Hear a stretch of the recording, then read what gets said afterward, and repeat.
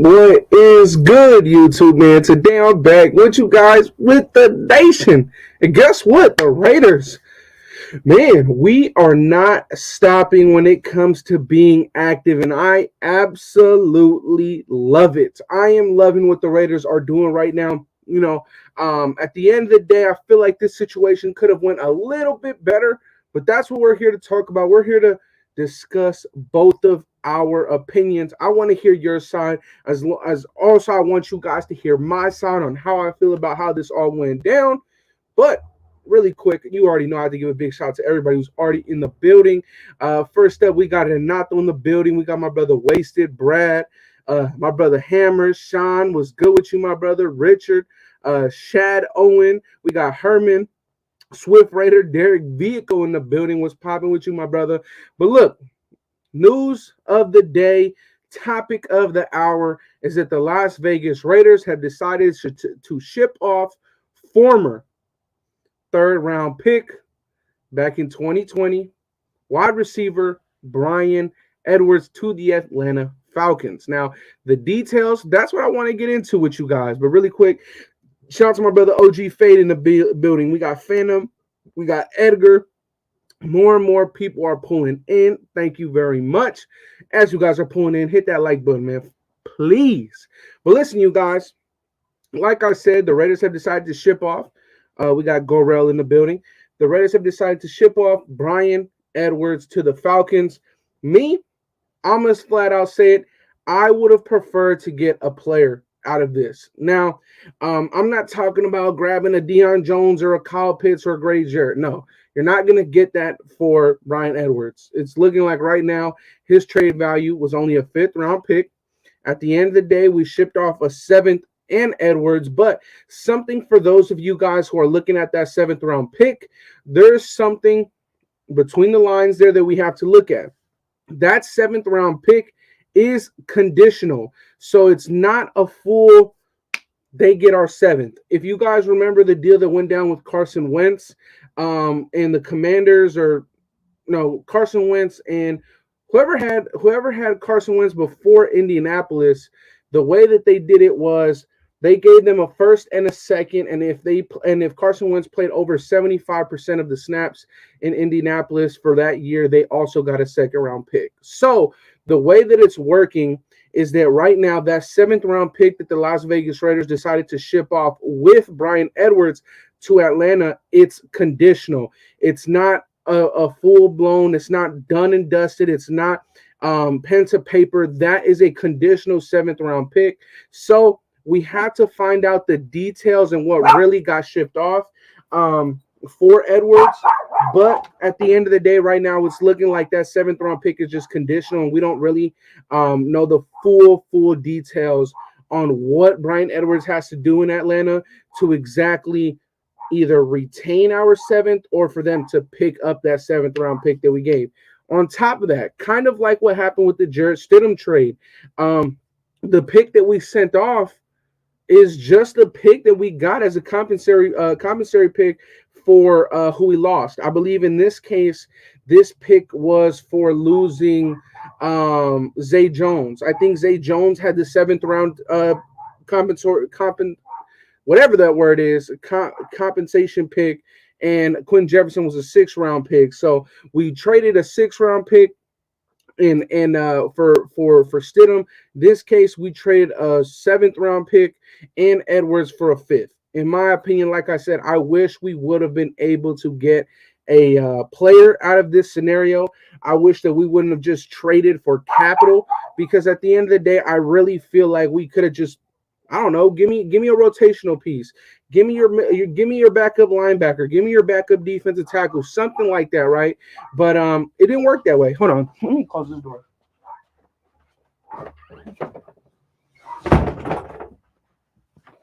Yeah, that dog's not coming back. But yeah, that's what I think. And I think that's a valid point, Swift.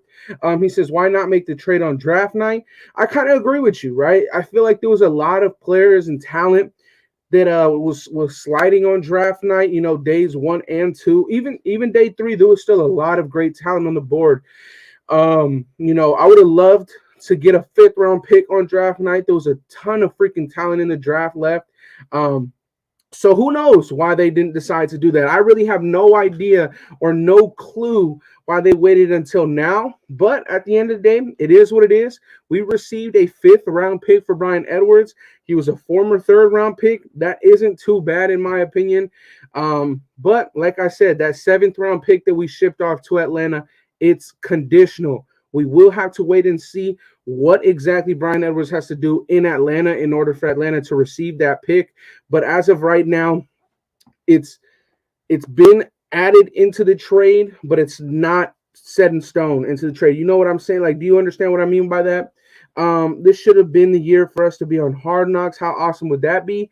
I mean, Hard Knocks, you rarely see a team that just went to the playoffs in Hard Knocks. I don't know if you've ever seen that, but at the end of the day, we don't need that distraction. We need our guys to be in the books, to be ready to go, learning these playbooks. We have a new scheme on both sides of the ball.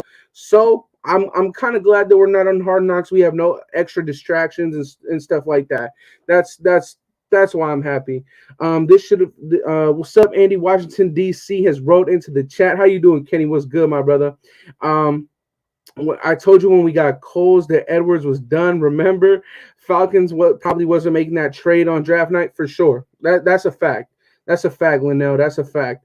Let's see. Who do you guys think our wide receiver number 2 would be? Trey Turner, if we can get Nelly. How about Will Fuller? There's still a couple of options out there that the Las Vegas Raiders can look after, and that's actually going to be my next video. You guys will be able to check that out tomorrow. Tomorrow, you guys will be able to check that out. I will drop a video on a possible new number 2 receiver because as of right now, we have D-Rob, we have Keelan Cole. I think that Hunter Renfrow should just stick in the slot. We have a good amount of guys. We have Tyron Johnson. We have some guys that are on the roster, right? We have a couple of UDFA signings that can maybe compete for that, but we'll just have to see. We will just have to see. And at the end of the day, I like this move. I do like this move for the simple fact that, one, it clears up a roster spot. I'm not just saying, oh, we got to completely just fill that up with another wide receiver. But at the end of the day, we know how much more Josh McDaniels values running back by committee. So we'll see. Maybe this roster spot is to open up an extra spot for running back.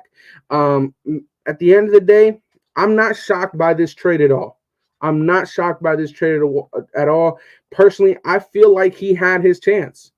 I really feel like he already had his chance with the Las Vegas Raiders. There was nobody besides Edwards last year that had consistent first-team snaps and that didn't do anything. He didn't. He showed up, I believe, 3 times and showed out 3 times in overtime, which is very, very, I'm very happy that he did that. But I'm not shocked that this happened. I'm not torn that this happened. In fact, I kind of like the fact that next year we'll have another 5th-round pick. That's how I feel, truthfully. Shout out to my brother Sean Johnson. He goes, next year we have a 1st, 2nd, a 4th, 3 5ths, a 6th, and 2 7ths. Those are all what we're managing next year. And that's big time, right? To have 10 picks in next year's draft, that's big, right? You really want to have as much draft capital as possible in this league right now that's driven by these players getting $20+ million contracts for players that really haven't, not to say haven't done much, but haven't really earned those $20 million, in my opinion. So you really want to build through the draft, have as much capital and as much potential on getting these young guys on good, cheap deals. So having 10 picks next year is very, very attractive. And hopefully we have another event next year for the draft, and we pick 10 times instead of fucking 5 or however many we picked this year. Shout out to my brother ONT. He says, Raiders! Yes, sir, my brother. Shout out to my guy Doc's in the building, my brother Graf. Let's see. Zay Jones outperformed Edwards, and that's a fact. Zay Jones won himself. He got himself a bag. I think he got like $30 million or some shit like that. So, I mean, listen, Zay Jones outperformed him.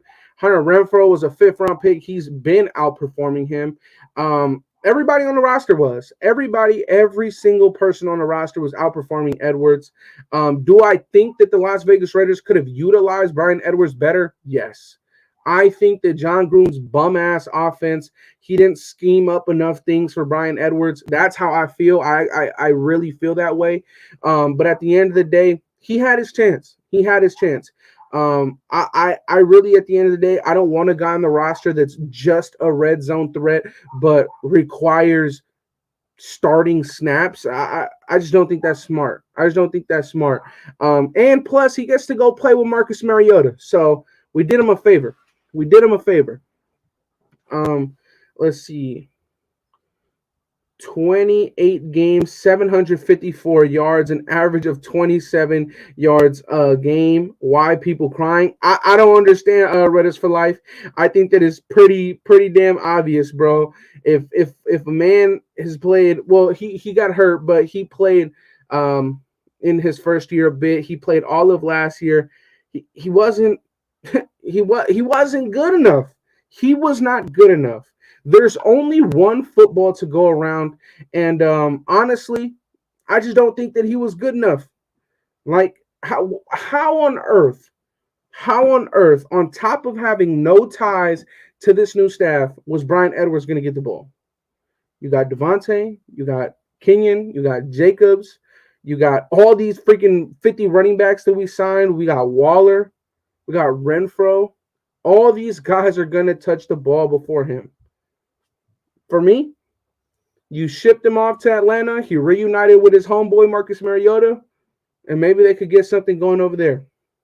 But here, I just don't see it happening. It looks like we have 486,000 in dead cap for Edwards. I'm not too worried about that. What the fuck? What happened? Can y'all see me? Whoa. Yo, we back. I don't know what the hell just happened. That was random. My brother Sen, he says, love that hand, Andy. Appreciate you, my brother. What the fuck? Hold on. This shit is tripping.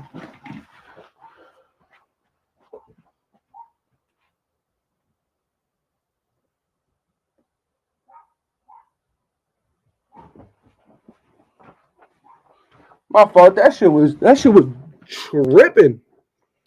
Hold on. His jump ball was poor sometimes. His routes were predictable and flat, in my opinion.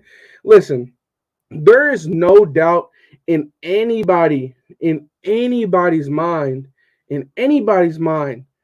that Bryan Edwards was he was good in the jump ball area. He proved it a couple of times. He showed a good play here and there. I really liked how he looked against the Cleveland Browns, but I know that in terms of playing 17 games, he just wasn't going to cut it in this offense. At the end of the day, you had a cat wagging his tail. Yeah, that's so. As you can see, the quality right now is much better than what it was a couple weeks ago. So I had to download some apps and stuff like that. So that right there that you saw, well, I think it was like the app. It was Geeking or something. I see Cole making the 53. We need speedy receptions for sure. I think he meant speedy receivers. I definitely could see Keelan Cole making the roster as well. For those of you guys who don't know, we just signed Keelan Cole a couple of days ago. Keelan Cole's a guy that was an undrafted free agent himself, and he made a name for himself in this league, and I really like that. I really like the fact that Keelan Cole, an undrafted free agent, made a name for himself, earned himself 2 new contracts after his UDFA contract. I like that. It shows that you can do it as an undrafted free agent. And for the Raiders to have a huge UDFA haul, I'm very, very happy to see them bring in a guy that has proved himself in the league after having the odds stacked up against him, and showing these young cats that, yes, you went undrafted. But look at me. I'm going on to my 6th NFL season, my 6th year in this game. That's very, very hard to do, and I'm very happy that the Las Vegas Raiders did that. Um, Raider Motai versus Andy, finally able to hop on and say hello and tell you it was awesome meeting you at the Ahern. Glad you guys enjoyed the Raider Donuts. Yo, shout out to my brother Multiverse. Hey, yes, those donuts that my brother Multiverse is talking about were fire. He brought us some custom Raiders donuts. Everybody was chowing down those. Those were fire. Those were fire. Shout out to my brother Multiverse in the chat, man. My brother Sean, he says, do you think Will Fuller, if stayed healthy, could be our speedy guy? He ran a 4.32. I think that Will Fuller could be any team's speedy guy. I think Will Fuller is no doubt a speedster. Two things though, I'm pretty sure he's suspended for the first 3 games, isn't he? But I think that he wouldn't just be able to be your speedster. I think that Will Fuller is a very good number 2 receiver. Or not a very good number 2. He's a very good number 3 receiver. I think that Will Fuller on this roster, though, would have a chance to compete for that number 2 spot. In my opinion, that number 2 spot is vacant. It's vacant. It's open to whoever wants it. Whoever wants it. Like Wasted said, Cole is like a Crabtree type receiver. Here's the thing. I'm gonna have to. I understand what he means because he's saying he's a crab-like receiver, so I can agree with that. One thing though is that Crabtree had a very, very, very high catch percentage, which is something that Keelan Cole has actually struggled with. In Keelan Cole's best year in the NFL, I believe he had 88 targets and he only caught the ball 49 times. So not the best catch percentage there. I believe his catch percentage ended up being in the 60s. So we'll see. But in 2018, 2019, and 2020, his catch percentage was down in the 50s. So I do agree with my brother Wasted that he can be that type of receiver, but I would have to probably bring it down a notch or two on the player because we know how good King Crab was with the Raiders. Like, you threw it up to that man, he brought it down, and it was a first down or a touchdown. So we'll see. We are sweeping the Chiefs this season. Book it. SVT, I would love to sweep the Chiefs, bro. I would love to sweep the Chiefs. Do I think it would happen? Shit, I don't know. I have no fucking idea. He says, Aguilar would be nice now that Edwards is gone. Bro, Aguilar would be phenomenal now that Edwards is gone. It'd be absolutely amazing to bring in Nelly back. I would love to do it, but at the same time, I'm not trading for Nelly. No, thank you. No, thank you. Let's see. Why are we even having this conversation? I called Devontae way before it happened, and I'm calling Nelly now. Book it. Okay. I'm liking the confidence on bringing Nelly back. I am loving that. He says, Andy, thoughts on Chuck Clark, safety from the Ravens? We could get him for the low. I think he could be the starter next to Merrick. Listen, Marcel, 2 things. My thoughts on Chuck Clark, I think if we would have went out for a Ravens safety, it should have been Deshaun Elliott. Just saying. I think he signed with the Lions or some shit. But my thing is that I believe that McDaniels believes that he already has the strong safety on the roster. I believe that he will start Duron Harmon come week 1. That's what I think will happen. That's how I think it'll go down.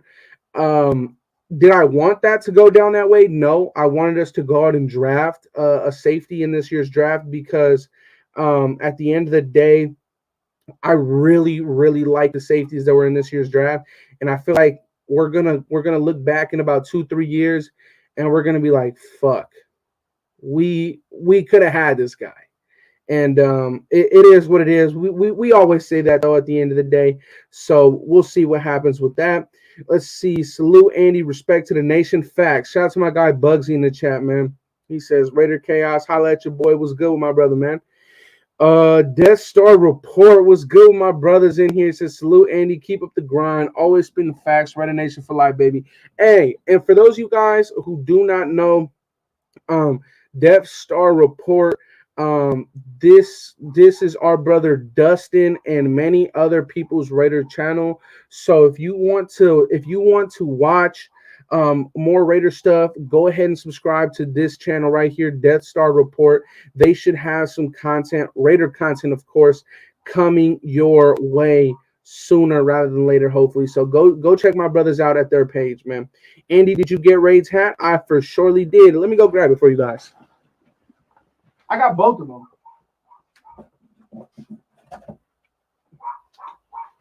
I got both of them. Shout out to our brother Raid in the chat. I don't know if he's in the chat, but yes, I picked up both of them. That's the hat right there. Shout out to that one. And then we also had the all black. We had the all black. So yes, I copped them both. I already received them. It wasn't a long trip from Sacramento to Oakland, so I got them pretty earlier than expected. But yes, shout out to Ray. Those are some fire hats. Let's see. My boy Jay says, I think while trading for the backup quarterback yesterday, we talked about them releasing Nelly. This is the thing. I don't think that Stidham is going to be our backup quarterback. I think that Stidham's going to be our quarterback number 3. I think that he'll be on the roster, but I think he'll be the 3rd quarterback. In my opinion, I think that Nick Mullins is better than Stidham. Do I think that Stidham ever got a fair shot? No, I don't think that Stidham ever got a fair shot. But at the end of the day, what we should look at with Stidham is a guy that's he knows the scheme. He can be a coach and a mentor to these younger guys. And at the end of the day, he should be making this process of learning the ins and outs of this offense easier due to him being in this offense his entire career. So he should be able to teach that. Let's see. Shout out to my brother SC in the building. What's good with my dog? Shout out to SC. Please, if y'all haven't, go check out my dog in the chat, man. Let's see. If OBJ would start the season, but OBJ ain't going to be back till December. No, he'll be back way before December. I think that OBJ will probably miss the first 5 weeks. And then he'll be back. But we'll have to see with that. Maybe OBJ is on the list that I'm talking about tomorrow. Who knows? Let's see. Andy, June 1st, who do we sign? Listen, it felt like June was so far away when we were talking about it. June is right around the corner now. We are about to have money. Very, very soon to sign a lot of players. And I'm happy. I'm ready to go because there is a ton of talent out on the market still. One of my favorite players that was on the market before we got Neil Farrell Jr. was Eddie Goldman. Eddie Goldman is on the market, and he's still on the market. I didn't think he was still going to be on the market. My brother Sean asked me in the DM about who would I prefer, Akeem Hicks or Eddie Goldman. After drafting Neil Farrell, I would like to go get Hicks. I would love to go get Hicks. He's a guy that he could play that 3 tech. He could play that 3-4 defensive end. He could do it all. I would love to go out and sign some of these guys. Donkey Kong Sue, although it's looking like he may go back to the Buccaneers, we'll see. We'll see what happens with that. But we are about to have a lot of money to mess around with. A lot of money. I think we're going to be in like the top 5 of money. James Bradbury, come on now. Let's see. Would you like Sue? I would love Sue. I would absolutely love that pickup. Let's go on like that. Andy, what up? Was good? Dirty Eric was popping. When is Bradbury coming to the dark side? Hopefully June 1st. Hopefully June 1st. Would you like Jalen Reagors? Eagles might release him. Jalen Reagor is an interesting prospect. I believe he was a first-round pick as well. I think that at this point, you're better off going out and just getting a guy, either a seasoned veteran that you already know what you're getting with him. Maybe not go out and get somebody that you still have to develop. I don't really want to do that. I don't really want to do that. Hard pass on regular facts. Shout out to my brother Hammer in the building, bro. Let's see. Yo, what up, Andy? Just tuning in, my brother. Appreciate you, Joy. How's your day been, brother? I think this front office doesn't make trades unless they have something up their sleeve. They're always playing chess while everyone else is playing checkers. Well, can't stop, won't stop. You're not lying. When we made the trade for Rocky Sin and traded away Yannick Ngakoue, what did we have a couple hours later? We had Chandler Jones in the building. So we'll definitely see. I mean, I definitely think you're not wrong with that. And so yeah, we'll have to see about that for sure. But shout out to one of the GOATs, if not the motherfucker, he's the GOAT. We just pull him in on that. On that note, the GOAT is in the building. What's good, buddy? Shit, whole lot of Bryan Edwards slander. So I was trying to jump on earlier, but I just got out the movie theaters, bro. Oh, I did not know that Doctor Strange was gonna be like 3 hours long, but we here now, man. What's popping? So what we on, man? We talking about this Bryan Edwards situation? Yeah, this is what I was saying. I think you like the trade, right? Yeah, definitely. So in my opinion, when the news had first broke, I was really hoping for a player like a backup middle linebacker. Maybe a backup 3 technique, something to add depth because we're losing depth. Yeah.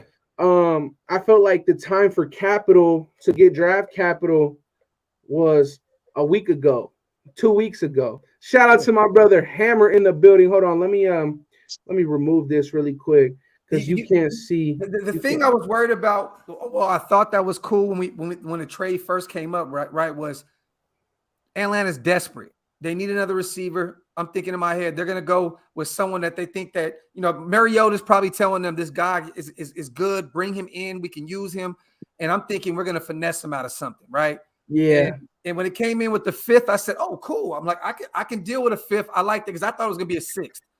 But then when we gave up the 7th, that let me realize that Josh McDaniels had no plan for this guy. There was no plan for Bryan Edwards at all. When he packaged them up with a 7. At that point, I was like, you know what? Well, Ryan's on the wall. It's on the wall. I don't know if you've seen it because you were in the theaters, but that 7th is conditional. So Bryan Edwards, there's has to be some incentives on Atlanta's end in order for Bryan Edwards to be worth that 7 in addition to the trade.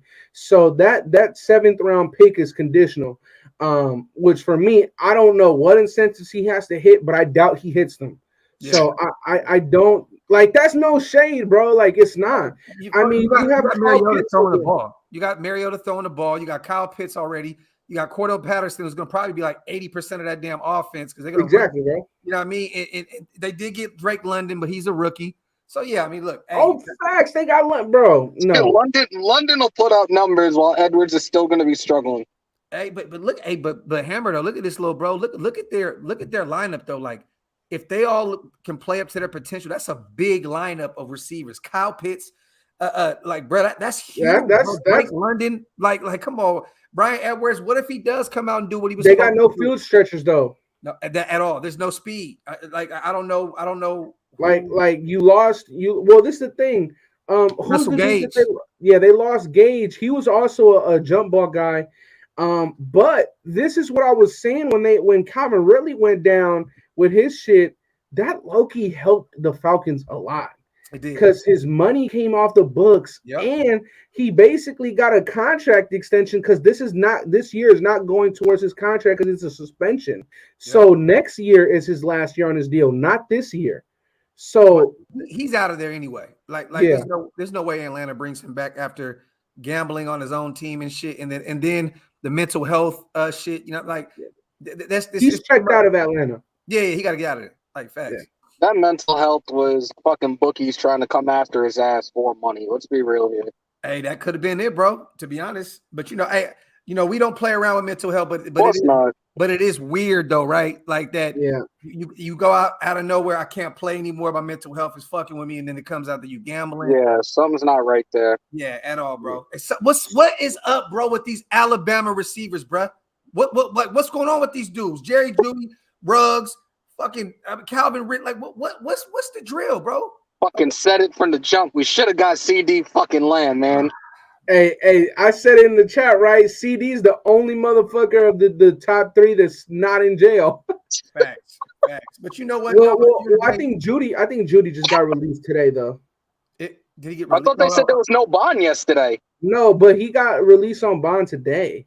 It sounded like a dumb situation, to be honest. It did. His girl took his phone, so he like locked her wallet and baby formula in the car, some weird shit. Like it sounded like some regular, BM shit. Like, you know what I mean? Like, oh, she tripping, she about to run through my phone and try to catch me slipping. So I'm gonna do something back to her type shit. Wait, so we saved up 2 M's. I believe so. So okay, I think Bryan Edwards was owed like what 1.1, somewhere between 1.1, 1.3. And then you got to remember that the next year he has one more year on his deal, but we're paying Keelan Cole 1.2. Yeah. So, and I think that Keelan is gonna make the roster. He's made the roster on every fucking team he's been on. Yeah. Hey. His numbers last year with the Jets weren't like that great, but when he was in Jacksonville, the duo of him and Allen Robinson, man, they were a force. They had a deep playoff run in 2019. I think Cole's gonna do something for us, most definitely. Wait, Keelan Cole played with A-Rob? I don't think he played with A-Rob. He did. Yeah, what in Jacksonville, right? Yes. Yeah. Oh yeah, but that was like 5 years ago. But that was that was his best year I think he had that year. His best year was he had like 700 plus, right? I think he was at like it was like 8 something. No. His best year was 748, and that was his rookie year. He had, but this is what I was just saying before both of y'all hopped on. Because I think Wasted had compared him to a Crabtree type receiver, right? And I can agree to the type of receiver that he compared him to, but not to Crab, because Crab was he was a beast with the Raiders. But him like a possession receiver. Yes. So, and the reason why is that my only thing is that I can't put the name Crabtree out there, and I'm sure Wasted agrees with me. I'm sure he agrees with me on this. His catch percentage is low as fuck, bro. Yeah. Like 2018, 2019, and 2020, his catch percentage was in the 50s. Yeah, what wasn't there one year where he had 80 targets and he had 50 receptions or some shit like that? Yeah, his first year. Yeah, okay. His first year when he had 740 yards. He was on the field more than any other Jets receiver last year as well. So he, I think he threw for a touchdown last year. Hey, and if you look at this, if you look at his game tape, right, he had like a 4.59 at his combine, something like that.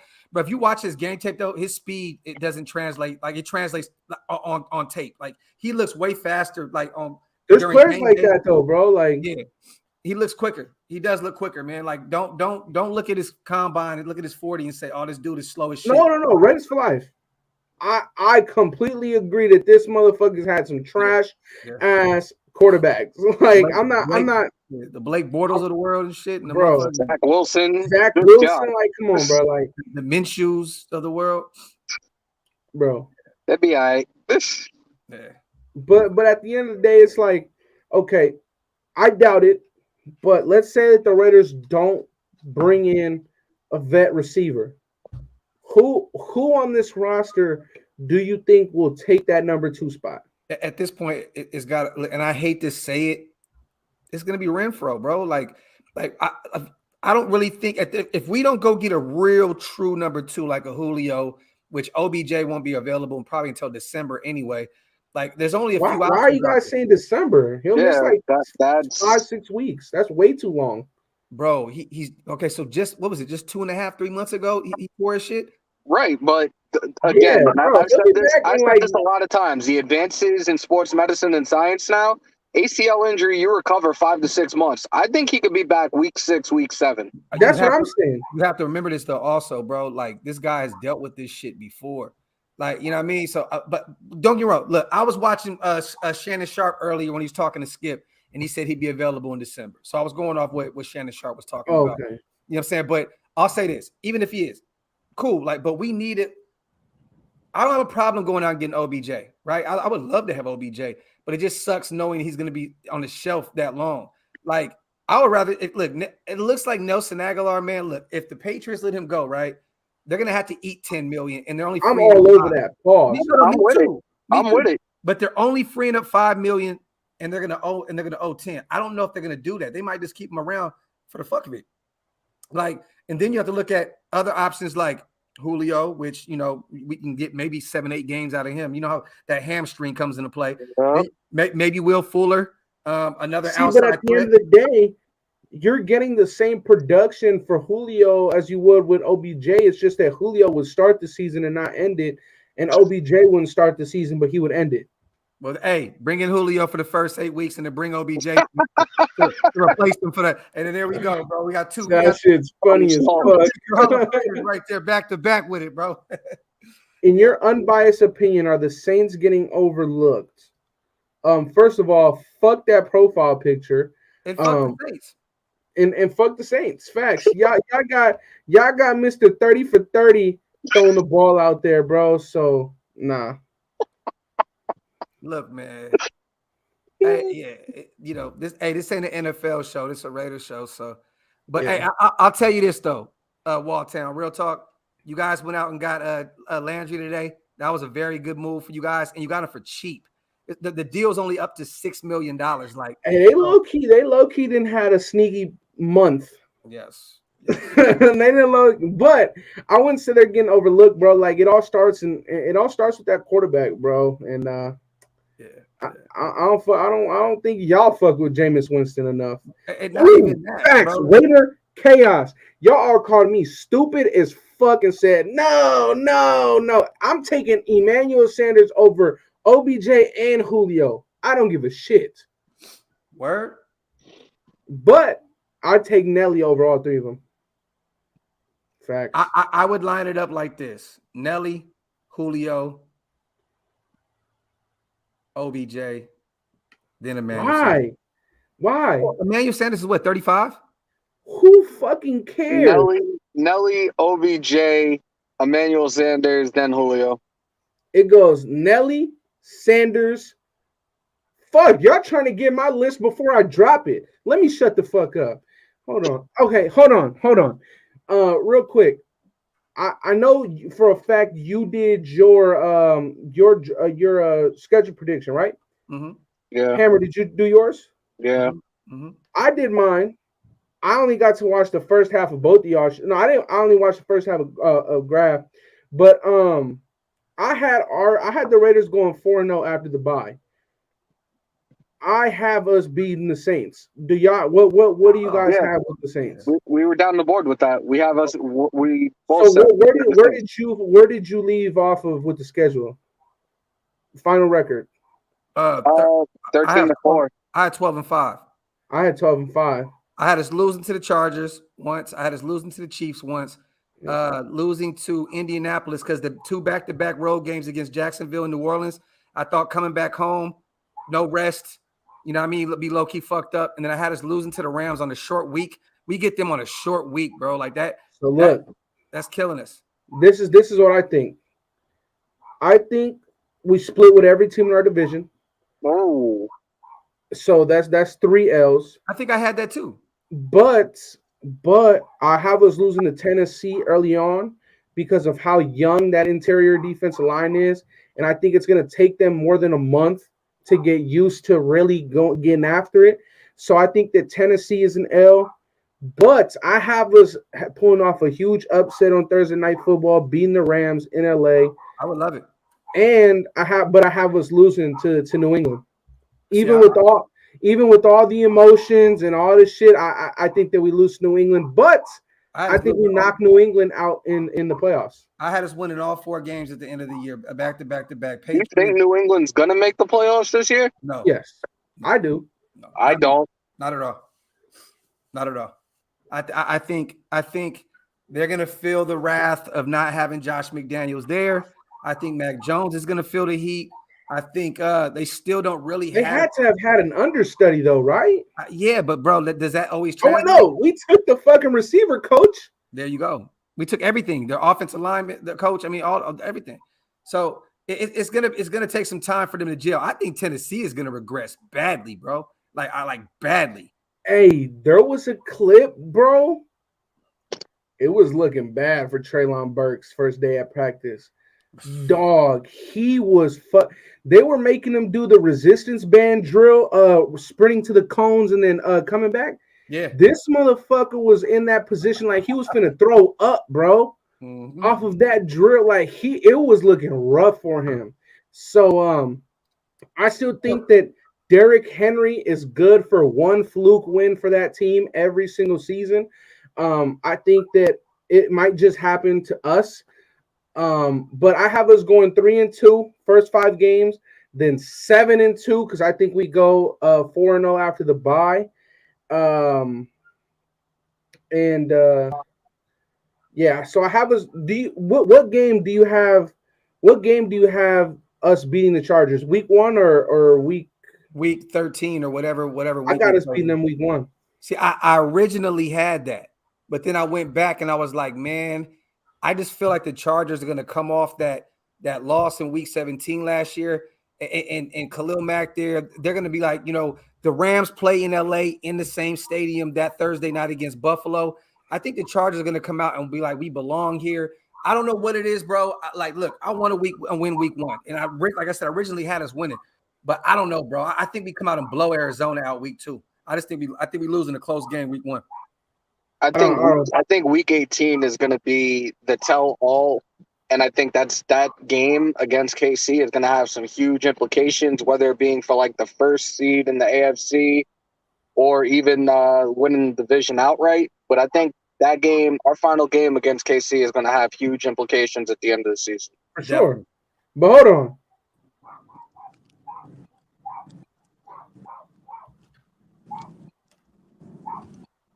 Hey, I don't have that intro, bro. So yeah, it is what it is. Demon time. What's I up don't with have it? that intro. Shout out to my brother Wasted in the building, man. What's up with it, yo? Getting in Where the you car. at, bro? The gym? Nah, I was about to go picking my kids up from my in-laws' house, but I'm Are you getting in taking the us car to the real movies quick. too? Yeah, man.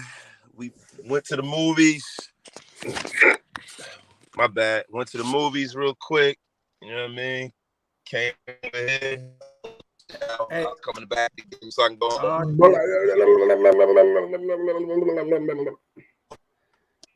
Robot. The lights on. Yo. Your Wi-Fi low key geeking, brody. Hey, it's not low key. That shit is fucked. Yeah. Hold on. Pull up on us when you get to the crib, Wasted. Hey, we've been having the worst luck in the world these past a couple of days with his Wi-Fi, bro. This shit been tweaking. Yeah, the Wi-Fi been trashed though. Been trashed.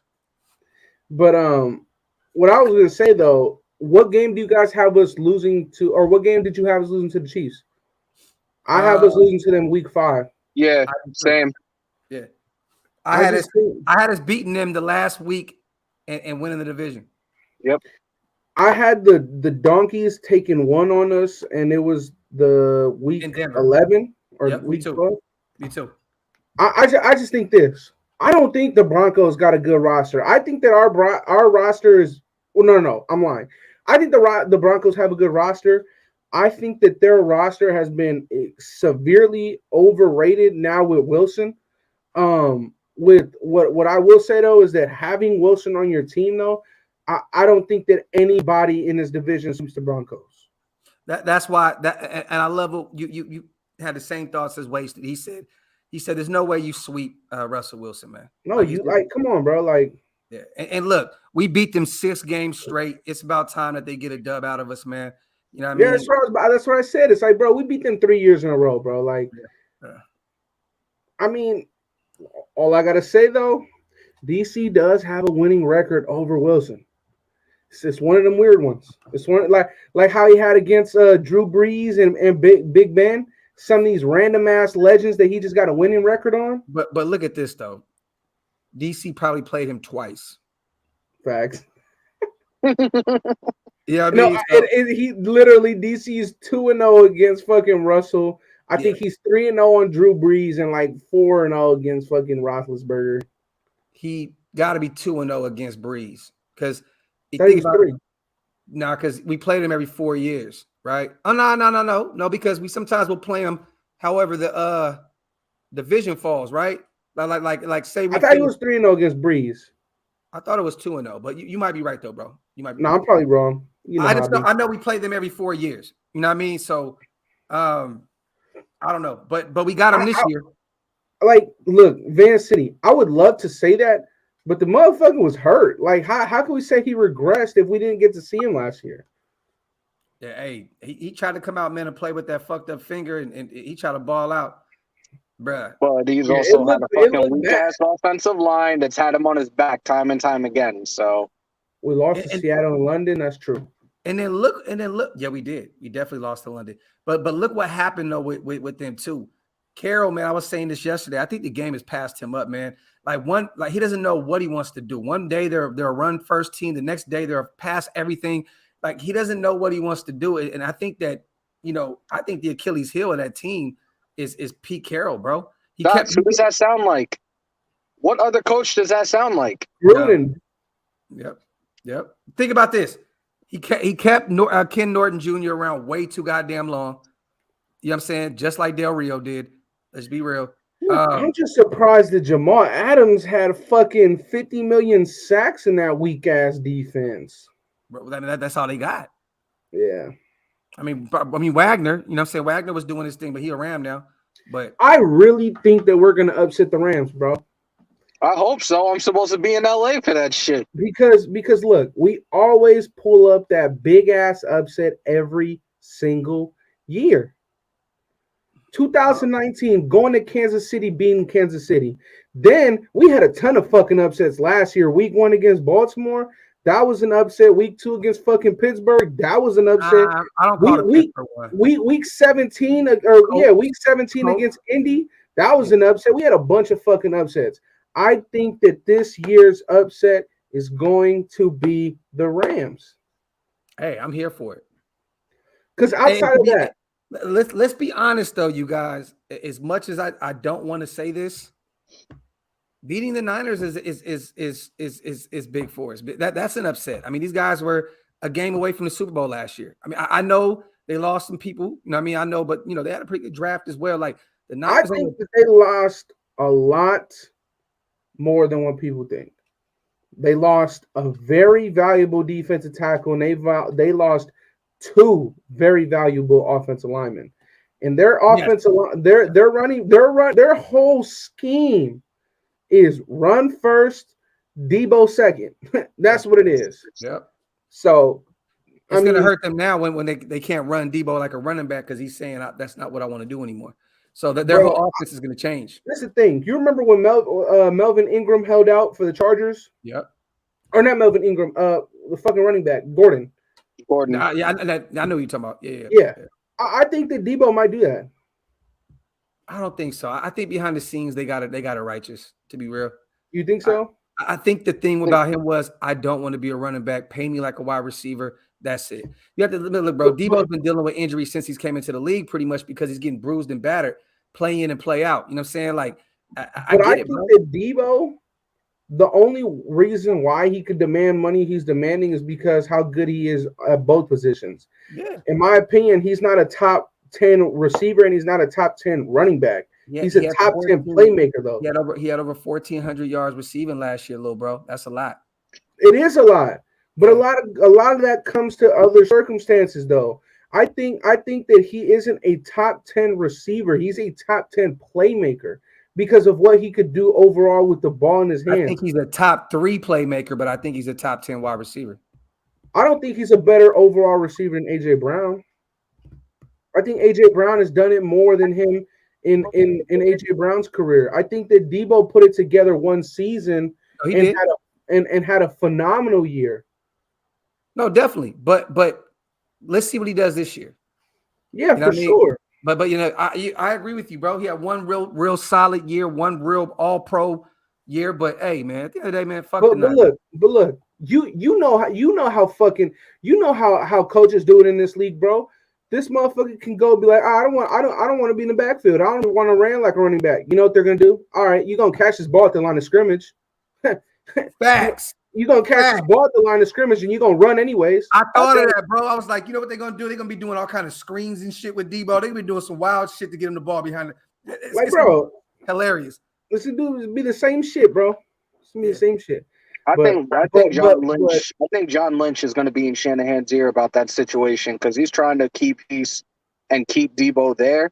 Bro, so I think John Lynch is going to be the reason that things are going to be okay with them over there. Yeah, John Lynch was adamant about saying he's like Debo's not going anywhere. He ain't going nowhere. Yeah, I like what Brad. I'm not going to read his name because I can't say that. But we overran him. He don't have the hands of AJ Brown for sure, but great yards after the catch ability. That's facts. Yeah, for sure. Listen, there's no doubt that any team in the NFL. Oh fuck! I put him up on the screen. Yeah, now I gotta block him. What?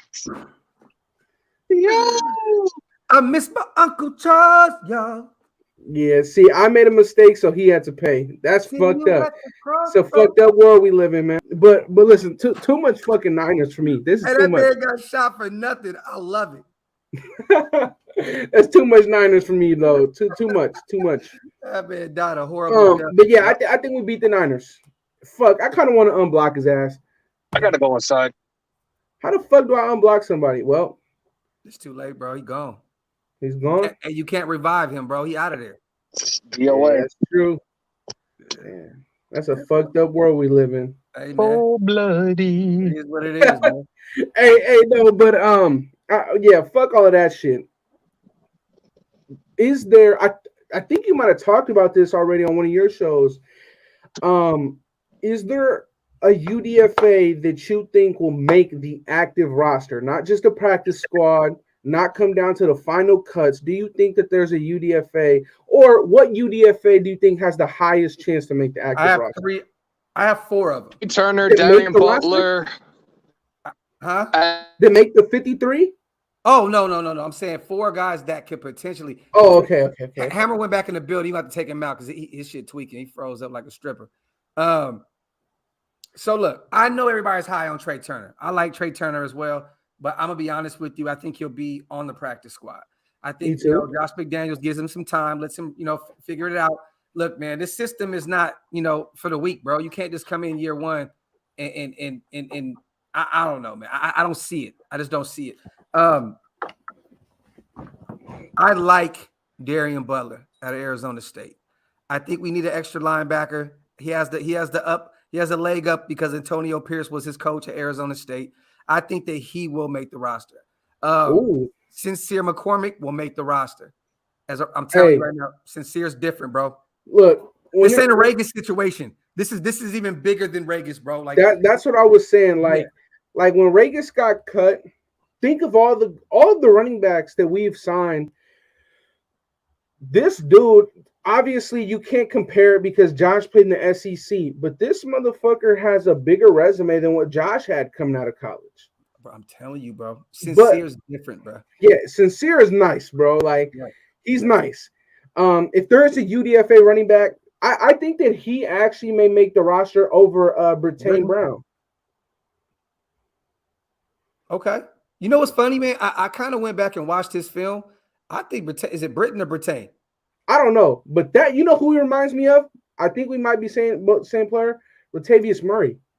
See, bro, I can tall see frame, like fucking. Yeah. I think he can. I can see him making a roster too, though.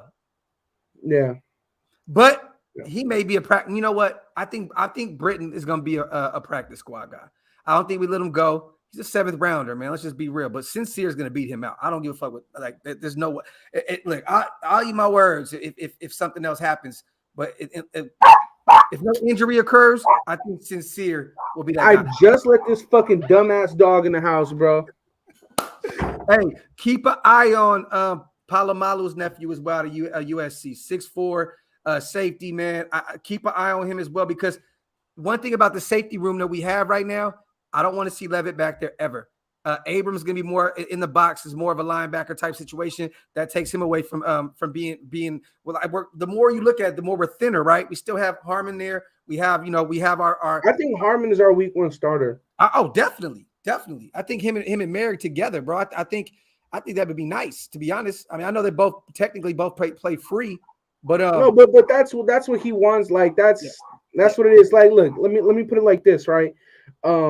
When with Logan Ryan and Xavier McKinney, with what Patrick Graham did was he had Logan Ryan. The more, I don't want to say, well, Logan Ryan is more successful in his career, far more successful than fucking Xavier McKinney. But yes, Logan Ryan, he had that versatility to drop down into the slot, play corner, cover a tight end, cover a slot receiver for a play.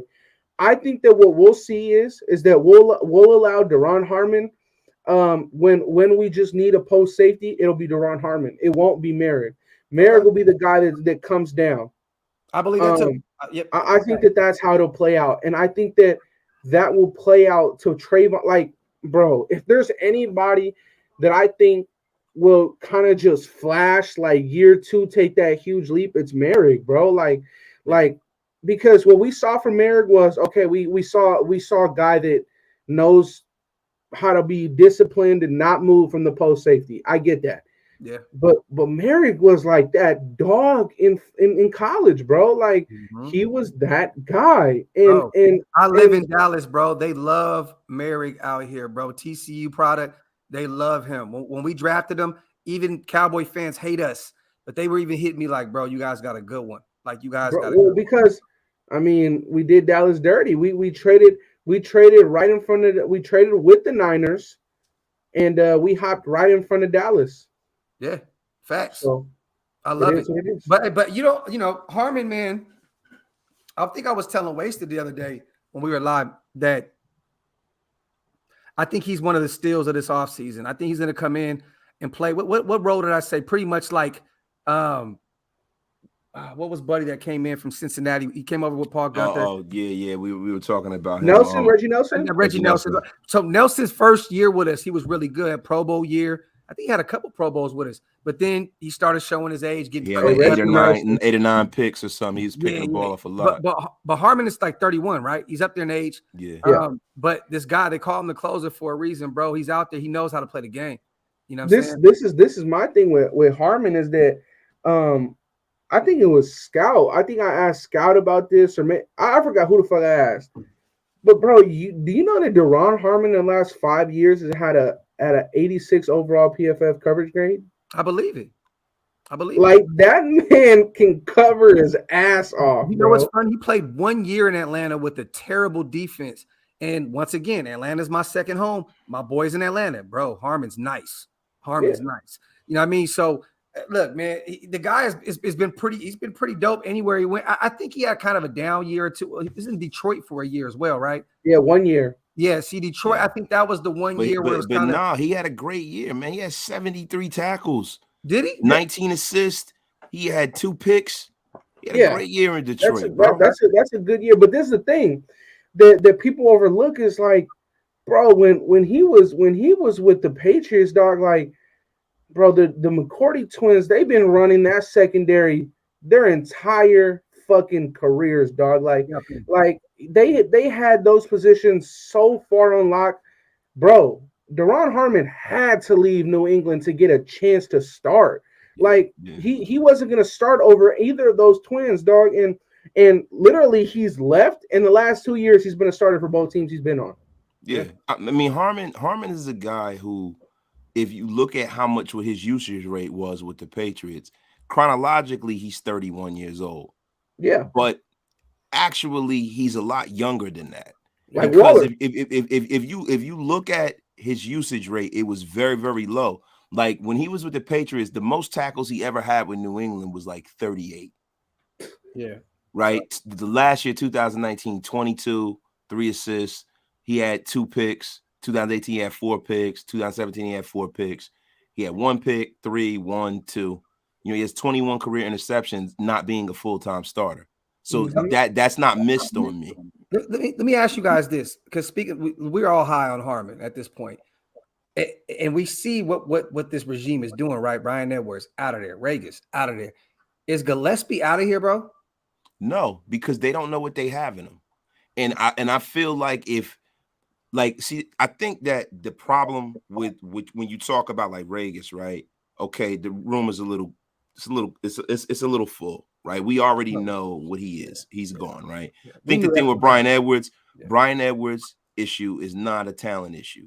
It's what's in between his ears. Yep. And I said that on one of my first shows with you, Docs. Remember I said that he's running wrong. He don't know the playbook. Yep. That is the problem. That's why he's not here anymore, bro, because it's not like the guys that we brought in are more physically talented than Bryan Edwards. No. They're not bigger than him. Like they're not like it's what is it? Amari Cooper complex too. He just doesn't have any dog. There was so many routes last year that he just kind of quit on. Like if you really look back at the tape, you can tell that Bryan Edwards it seemed like he didn't want to be out there. Like, and then let's be honest, man. There was a couple contested catches that he got that I'm like, okay, like B Ed went up and got it. You know what I'm saying? But there was also some clear cut drops. The drop against Chicago that probably would have won us that game. Yeah, the ball's right in your chest. Nobody's even around you, brother. Like even Cincinnati. There you go. You know what I'm saying? Drop the touchdown, dude. I don't know if it's dog or if it's the fact that he's in suspended animation because he doesn't know where he's supposed to be. Yeah. A lot of the times when Carr was yelling at him, everybody was getting on me and saying I didn't know what I was talking about. He's one of the only receivers I've ever seen Derek Carr chew out. Yeah. Derek Carr run over to him. Carr be like, just go. Yeah. What are you doing? You know what I mean? Like, and mind you, Derek Carr said this guy was built like Devontae Adams when he came into the league. You know what I'm saying? So DC thought he had something with B-Ed. You know what I mean? He was like, man, I got a guy. He said, he has the game like Devontae Adams. That's his words. So for him to be chewing somebody out, it's because he believes in them and he's just not living up to his full potential. B-Ed, man, had to go. At the end of the day, bro, it sucks because I just did a video a few days ago before we got Keelan Cole. And I said, Bryan Edwards is going to be wide receiver too, because at this point, you look at all the statistics, right? And all these other guys, Mac Hollins, I know we gave him $2 million. We went and got Demarcus Robinson. These guys are not wide receiver twos at all. Like Mac Hollins is more of a special teams guy. Demarcus Robinson can, take the top off here and there and do little things, but he's not that guy. But now when you go get Keelan Cole, then it looks like the same situation that we did with when we brought in Kenny Young, right? And we brought in Nick Wachowski. It was like, oh, either one. It's either or. You know what I mean? And guess what? We left with Kenny Young. Like when you go get Keelan Cole, it's like, why keep B-Ed around for what? Like, you look at the history. I mean, what Cole has done in the league, he's by far, outperformed Bryan Edwards. Does Bryan Edwards have more promise? Definitely. Then who?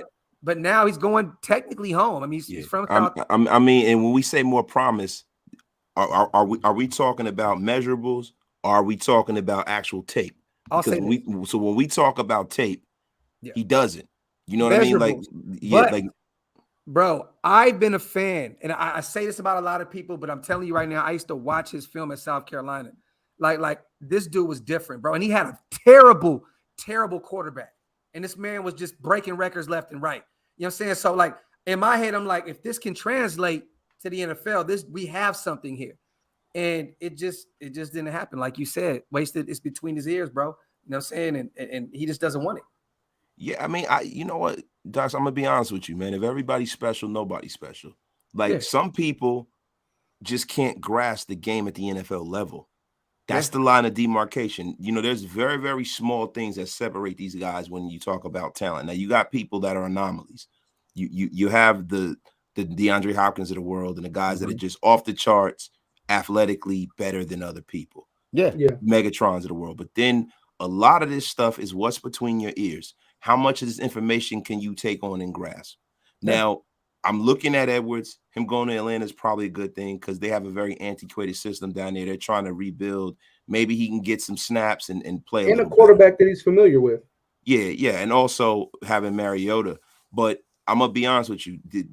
I am excited about Cole. I don't necessarily think that Cole I don't think we're going to have a number 2 Z. I don't think we're going to have a guy that is just our designated Z, unless we sign one. Because there are different people. Yeah. Now, if we go out and go sign an Odell Beckham, that's different, right? And I think they're still in the market for that. But the thing that I like about Cole is that he is a poor man's Michael Crabtree.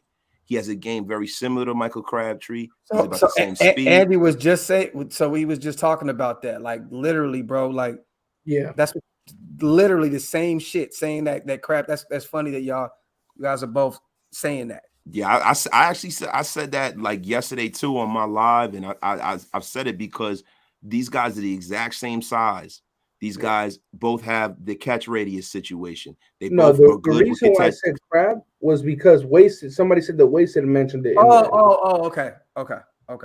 Oh wow, that's cool that somebody. But we can see that though. You know what I mean? Like, no, well, this is what I was explaining to you was that the only reason why I couldn't agree, but I couldn't disagree with what Wasted said on that. It's like, I understand what Wasted's saying. You get that big body possession receiver, but the name Crabtree, I think, holds too much weight for me to compare him. And I know you agree with that. I know you agree with that. No, bro, I said a poor man's. No, I know, but I feel like even then, I feel like even then, it's too much because I was just going over this with Grab, bro. For 3 years, this motherfucker's catch percentage was in the 50s. Yeah. Like, that's not bro. Good. You gotta understand, Andy. I don't know if you remember, but when Michael Crabtree came out of Texas Tech, we thought that he was going to be Jerry Rice, the next guy. Like, he in college, he was phenomenal, and I couldn't figure out why he fell in the draft a little bit. Like, he was one of those guys who was in the weight, the green room. It was his attitude. Yeah, you know, but he was called a diva. He was called a diva every day. Yeah, and you remember when the Raiders didn't draft him, we took Darius Hayward-Bay, he went, whoo, like that. Is, you know, and I always had a little axe to grind when him. He went to the Winers. I'm like, oh, fuck him. Yeah. But when he came here, I embraced him. Yeah. Why I say he's a poor man's Crabtree is because he does not have the pedigree of Michael Crabtree. Michael Crabtree was all world in college. Yeah. This dude comes from Wesleyan from Kentucky, some penny ante school. Kentucky Wesleyan, yeah, Kentucky Wesleyan. He comes from some small nondescript school. He does not have the pedigree of a Michael Crabtree, but what he does have is he has the same frame, he's about the same size, and he has the same kind of a game where he's that guy that you could toss it up to in the back of the end zone. And I noticed with the Jets, he was that guy. He was that safety blanket, that safety net. And I think that is what McZiegler can see on the guys that they're bringing in. They're getting people, and they're putting people next to Carr who they think lines up with Carr's style of play. For sure. And I think like what people were saying, his quarterback play, in my opinion, the best quarterback he's played with is Gardner Minshew. And when he played with Gardner Minshew, he had 8 touchdowns in that season. Like Uncle Rico, baby. Like that's a good amount of touchdowns for a guy that, you know, ended up leaving in free agency that same offseason. Like 8 touchdowns, bro. We all want Nelly back, and he only had 8 touchdowns when he was with us, and Nelly went and got $13 million. So, like, bro, I know what you're saying. I agree with. I call Bryan Edwards a poor man's Terrell Owens. So look, you can kill me even more than you, bro. So it is what it is. Bro, I called Bryan Edwards the next Dez Bryant, bro. So yeah. And we were both. Yeah, but I think Dez is a little closer than T.O. Like, T.O. is such a freak, man. I haven't seen anybody that reminded me of T.O. Didn't T.O. just run like a 4.5? The other like that motherfucker is, bro. He different, bro. He like 50. Was he like 50 years old now, T.O.? Okay. We were just talking about this. We put Emmanuel Sanders, Julio. I know who the fuck you're gonna say. Julio, OBJ, and who's the other guy? Nelly. So, put them in order. All right. So if you could acquire them in Julio, one way or another for the Raiders. Julio, OBJ, Nelly, and Emmanuel Sanders. That's his list. Okay. No. That's not my list. I named them out of proportion on purpose. Look, that's your list. It depends. That was your list. That was the list we're talking about. This is my thing. It depends on how healthy Odell is. Okay. If Odell, I think he'll be there week 6, week 7. I'm just saying, no matter when you get him, right? If Odell is as healthy as he was last year, it's Odell Beckham. Yeah. It is, because he has more left in the tank. But if we're gonna do that and we're gonna say Odell's hurt, I'm gonna go with Julio Jones. I knew it.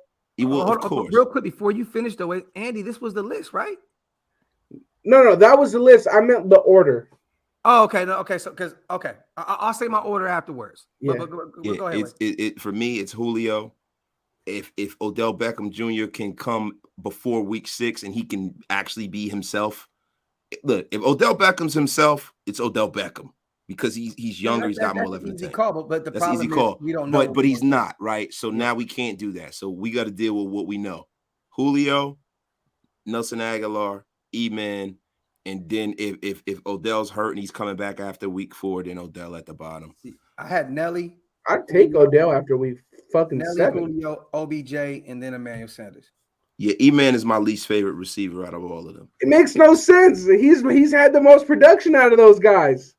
Well, since when? Whoa. No, Andy. The last 3, he's been the most healthy and he's had the most production. Andy, I don't think so, brother. Okay, well, obviously with Odell, that motherfucker was turning it up at the end of the season. And Julio is Julio. You know what I mean? Yeah. No, but he's had the last 2-3 years, he's had more production than these guys. No, Like, but okay. Now let's look, because in Buffalo, you act like Buffalo, Emmanuel Sanders had 42 receptions, 626 yards, 4 touchdowns. He's not lighting the world on fire. That was Bryan Edwards, pretty much.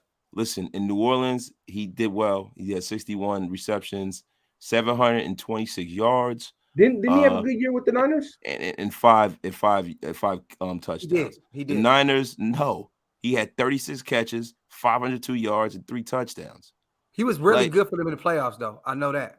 Yeah, I'm just saying, but that's his 1 year with the Niners. He had 36 catches, 502 yards, and three touchdowns, bro. Like, dog, Emmanuel Sanders has E-Man is higher on my list. Yeah, E-Man always been, you know what I mean, a second banana. That's what he's been. He's 35 though, right? Yeah, he's old. Yeah, but they're all old, right? So when we talk about Emmanuel Sanders, we're talking about Emmanuel Sanders against a Hall of Fame talent in Julio Jones. So Julio right now is above Nelly? No. I mean, listen. I'll put Nelly first. Me too. Okay, now let's because Julio's been hurt, right, with Tennessee. He didn't play well. The last 2 years he's been hurt. Yeah. So the last year Julio got off and was 2019. Yeah.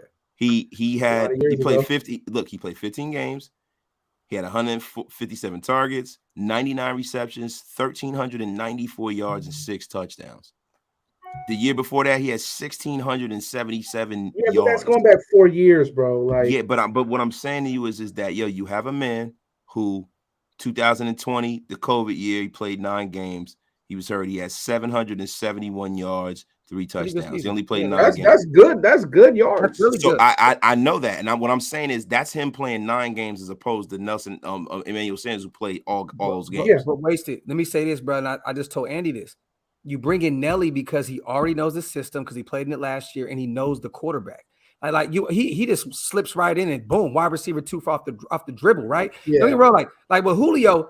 Look, man, Julio's Julio. One thing about him, we have Waller, Renfro, and Devontae Adams, and you always have to account for Julio. I don't give a fuck if he's 33 years old, coming off hamstring issues every year. That's Julio Jones.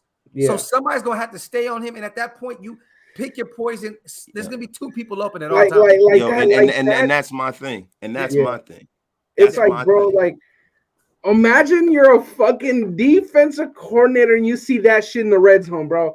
I'm just throwing the playbook away. So, and that's the reason.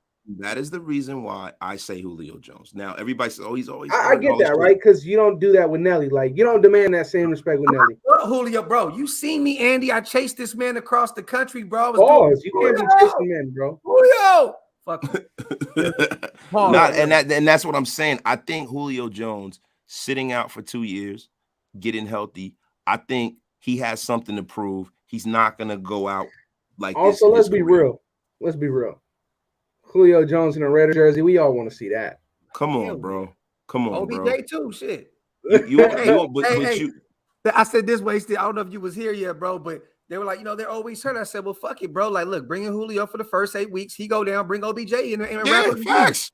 Facts. Bro, see, look, and the way I look at this kind of stuff, This is my thing. I look We at playing Madden right now. Oh God. No, but on the real, when you look at former Super Bowl teams, right, that come together like this, there's a part of an older veteran former star that comes in and they play out of their mind because they're in a good situation. Yep. Like look at Von Miller. Von Miller, Von Miller's he's done, he's washed. He comes in, plays with Aaron Donald, and plays out of his fucking mind. Right? Well, fucking Arden Key would have played out his fucking mind. But I'm just saying, bro. Arden Key, come on, man. Let's put some respect on the great Von Miller's name. Von Miller's a Hall of Fame player, bro. Let's just be for real. Hey, he's Hall of Fame first ballot. That motherfucker didn't deserve no $120 million. Yeah, man. And it's like, and that's my thing, bro. Like, yo, when you get these Super Bowl teams, there's always guys that used to be superstars, and when they get around this kind of a nucleus and they don't have to be the guy anymore, you have them games in the season. The numbers are back. Yeah, the numbers are back. It might be like 3 or 4 games where Julio might just go nuts one game. And that's what we need to win those 2 or 3 games to improve on last year. And that's why I bring a guy like that in. Hey, I like quick. Oh, go ahead. Real quick, bro. My bad. Like, look, I want y'all to know because Julio is my guy, dog, right? Like dead ass. Like if I could bring anybody in, it would be Julio, right? So I want to show y'all this real quick. Let me pull it up. Let me see. This is I went on a rampage, bro. Finding another man. Yeah, baby. Julio Jones. This motherfucker went to the University of Alabama. What you doing? What you mean? I'm trying to get Julio Jones, man. I'm trying to get him to be a Raider. You feel me? Yeah, but babe, he plays for the Falcons. We're going to Georgia. Oh, we are on the way to Atlanta, huh? Okay. Now I say that to say right there. It was right there. The 2.0 is right there. Yeah. I gotta because I want y'all to know, man. Like I really was out here trying to get out here in Atlanta, y'all. Out here in Atlanta, the Waffle House on week. One of the spots, one of the pinnacles of Atlanta. We're looking for our guy. Who we looking for, y'all? Julio Jones. Yeah, that's what I'm talking about, man. Let's see if we can get lucky, man. Hey, I had to tell my waitress, like, look, man, is Julio Jones anywhere on the menu? Pause. Pause. Well, y'all, we didn't find Julio at Waffle House. It's the cleanest Waffle House in the world. Got all this. The hunt continues. We on our way out after this. Magic City, here we come. And the conclusion, y'all. Welcome back. Go beyond. Gotta show y'all the conclusion. To help your favorite creator make more of this and give them. Bringing the boys to Magic City with you, bro. Hell yeah. Starting them early. I tried everywhere, man. I looked through the A, went to Waffle House, I went to Magic City. I'm here at Mercedes-Benz Stadium right now. About to head back to Dallas, man. The only thing that makes sense is you already on a flight on the way to Vegas. You feel me? I mean, that's really just the only thing that makes sense, bro. I don't know, man. Today's the day, June 1st, man. Julio Jones. It's Raider time, baby. Pull up and see. You know who's been really out there praying that Julio becomes a Raider? Julio! Hey, man. Trying to tell you, man. Allegiant Stadium is better, bro. Facts. Hey, so. Jerry, go ask the people that work here if they have this Julio Jones jersey in Raiders black and silver, please. Thank you, son. Man, So, hey, Julio, my guy, man. Julio's my guy. Man. Hey, that shit was fucking hilarious. Hey, if he's healthy, come on. Bro, and everybody keeps saying he's done up. He's not done, bro. He's not done. Well, I mean, you can make a valid argument about it, but I mean, look,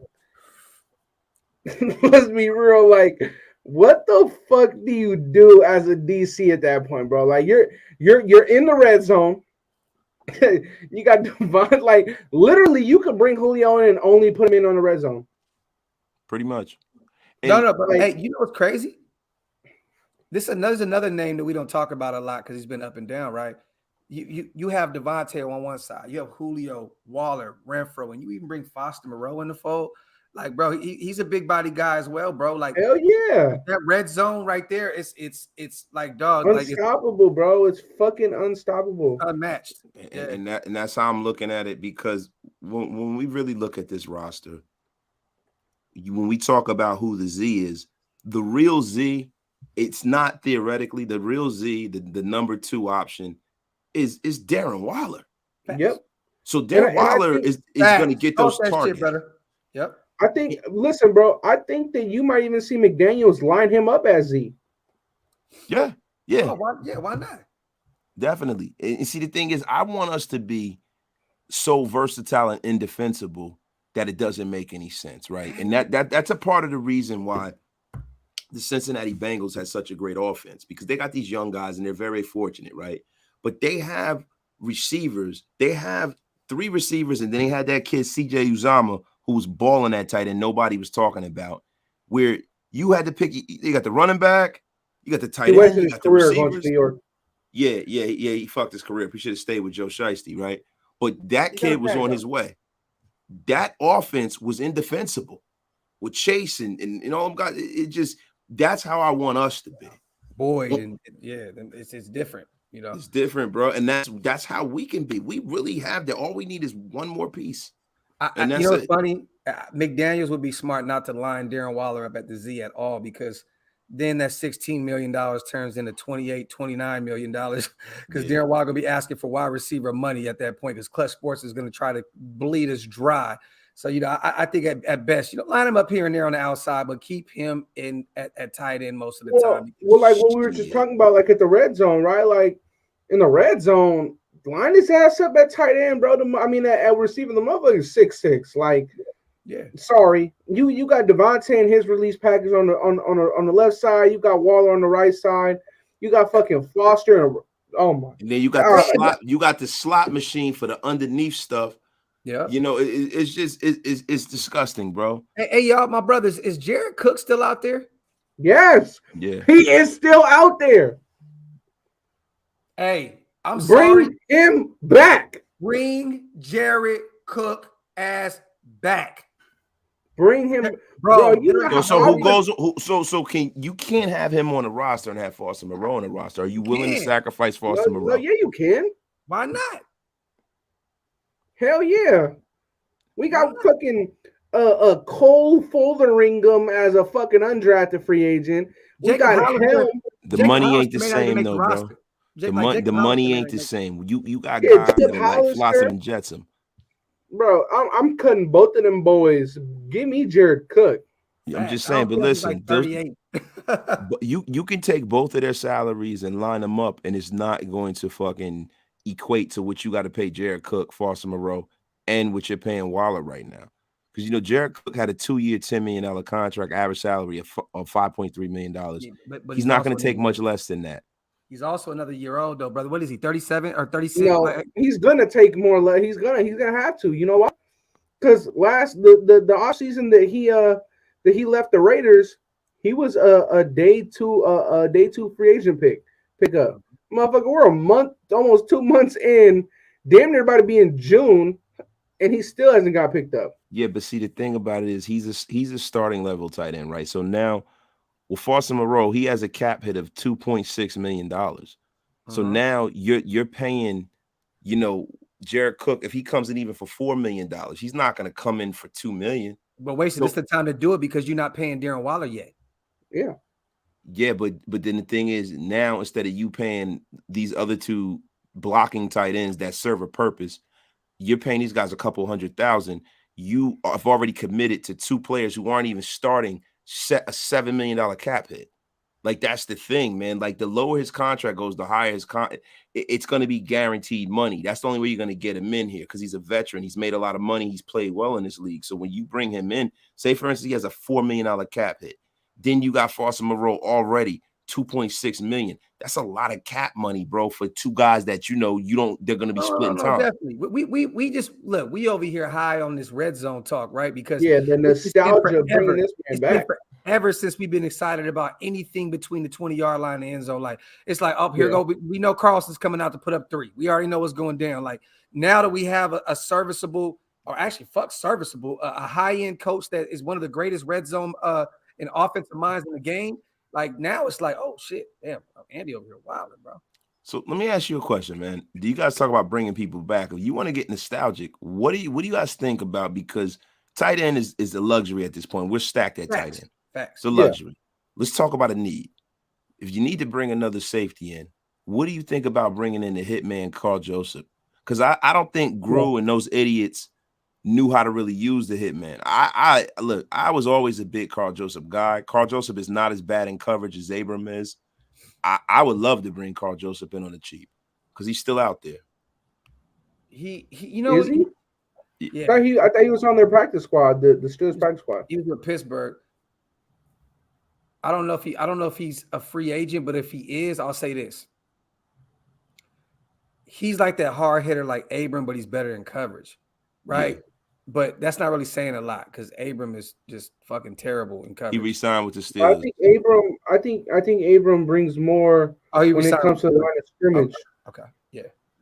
There you go. Well, he's done at that point. You know what I'm saying? But man, this better safeties. We was just talking about the other day, bro. Who was our guy that we was just talking about? Wasted? Deshaun Gibson and Jaquiski Tart. There you go. And why not? Is Tart a free agent? Yeah, he still is. Oh, I would bring Tart in. Yeah, listen. Somebody said, "How does Wasted hate on Abram and still have hope for Cleveland Farrell?" Bro, you listen, bro. If you can ask that question, if you can ask that question, bro, we can't have a discussion about football. I don't hate on Jonathan Abram. Jonathan Abram is playing out of position. Jonathan Abram's college coach said he's playing out of position. Yeah. He is not a safety. And Cleveland Farrell was handled wrong. You can see Cleveland Farrell when they have allowed him to play and put him in the right position to be successful. He is disruptive as hell. He works hard. He's young. He's healthy. And I'm telling you, if you put this man in Patrick Graham's system, you are going to finally see the greatness of Cleveland Farrell. And the difference is you don't have to drop Clee in the coverage, man. Like, you know, he has one thing to do is, well, two things: to stop the run and get to the quarterback. He's been very, very, very positive with stopping the run. He just now needs to get to the quarterback a little bit more. You know what I'm saying? So, you know what I mean? Also, so, it's also not healthy having Clee go up 10 pounds in one offseason to make him bring the weight back down because you got a new defensive coordinator. Now with this new coordinator, you got to, you know, it's like he hasn't been put in a situation to succeed with this team, bro. Like he hasn't. So you give him a shot now. I think it's too late anyways, but I think that he'll earn himself another contract, whether it's with us or somewhere else. But I think that the best Cleveland Farrell we're gonna see is this year. Definitely.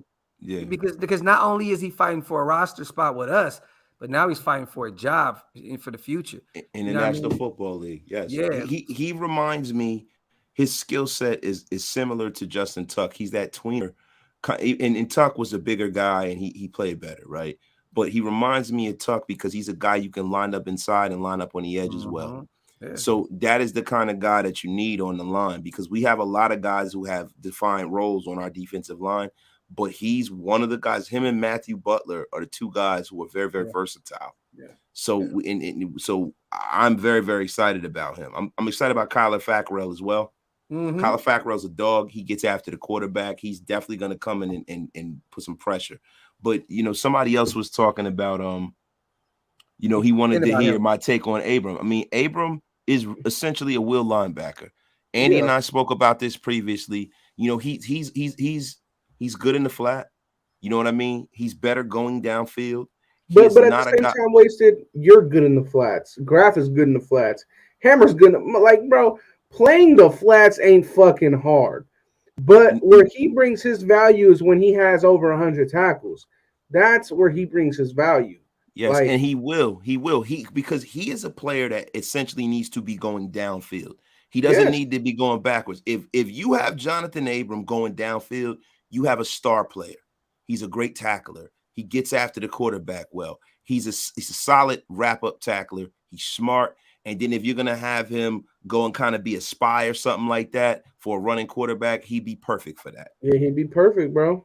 Mm-hmm. He'd be perfect. Like, Abram, I mean, let's be honest, bro. We haven't even put our fucking quarterback in the best position to succeed. Like, bro, these Cleveland Furls and what's his name?